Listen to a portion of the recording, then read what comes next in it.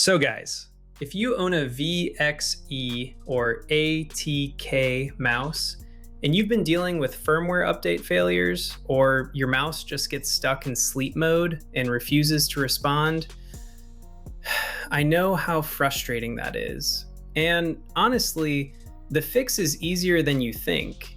It's just a little confusing at first glance, so let me walk you through exactly what's going on. First things first. VXE and ATK are essentially the same brand. So whether you have a VXER1SE Plus, an ATK F1, or any other model from their lineup, this guide applies to you.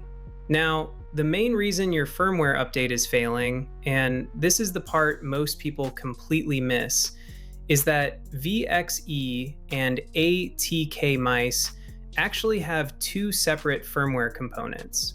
Number one is the dongle firmware, and number two is the mouse firmware itself. These are two completely different things, and the ATK Hub software treats them as two separate devices. If you look at my screen right now, you can see I have two devices showing up in ATK Hub. One is my VXER1SE Plus, and the other is a wireless dongle showing a sleep mode status. Now, in your case, you might only be seeing one device, most likely just the dongle, and it's sitting there in deep sleep mode, meaning your cursor isn't moving, and if you try to manually push a firmware update, it just fails. Now, here's what you're probably thinking. Austin, that's literally the problem. The mouse isn't moving and the firmware keeps failing, so what am I supposed to do? And I get it, I've been there. Just stick with me till the end of this video because the fix is actually straightforward once you understand why this is happening. The reason I have two devices showing is because my mouse is connected both via USB cable and wirelessly through the dongle at the same time. When the cable is plugged in, the dongle goes into sleep mode automatically. That's normal behavior. But here's the key thing. Without the cable connected, the firmware portal doesn't detect your mouse properly, and that's why updates fail. So before anything else, grab a secondary mouse, or if your keyboard has mouse function keys, enable those from settings. I personally can't use my keyboard's mouse function because I have a 60% layout. So the numpad keys are there, but the function doesn't work properly. So I just grabbed a spare mouse. Either way, make sure you have a way to navigate without your VXE mouse for the next few steps. Now, go ahead and open the ATK Hub software and click the firmware upgrade portal icon. Before you do, make sure your mouse is connected both via the USB cable and the dongle is paired wirelessly at the same time. If the dongle isn't detecting, just hold the left, right, and middle mouse buttons together for a few seconds. That pulls the mouse out of deep sleep and pairs it through the dongle, even if there's no light or sound feedback in that deep sleep state. Once the firmware portal opens, here's where people get confused. If you're only seeing the dongle in the device list and not the mouse itself, that's because the cable isn't connected. The moment you plug in the USB cable, your actual mouse, the VXER1SE Plus in my case, will appear in the dropdown under Select Device.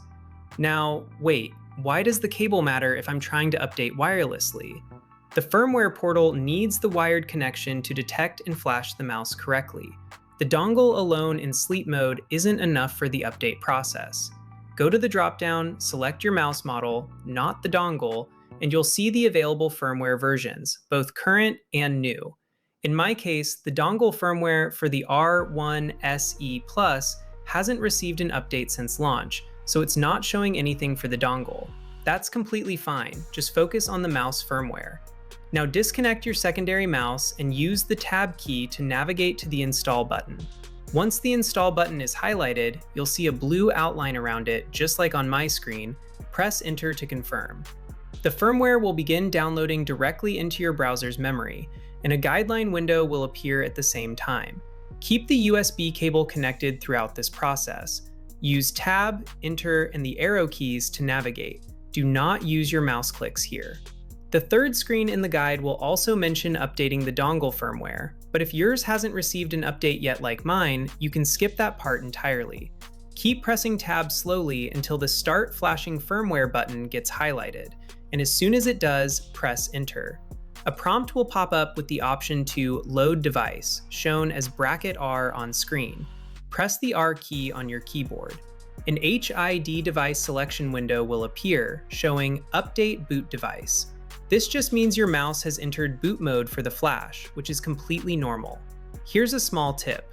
Press Tab slowly and deliberately on this screen.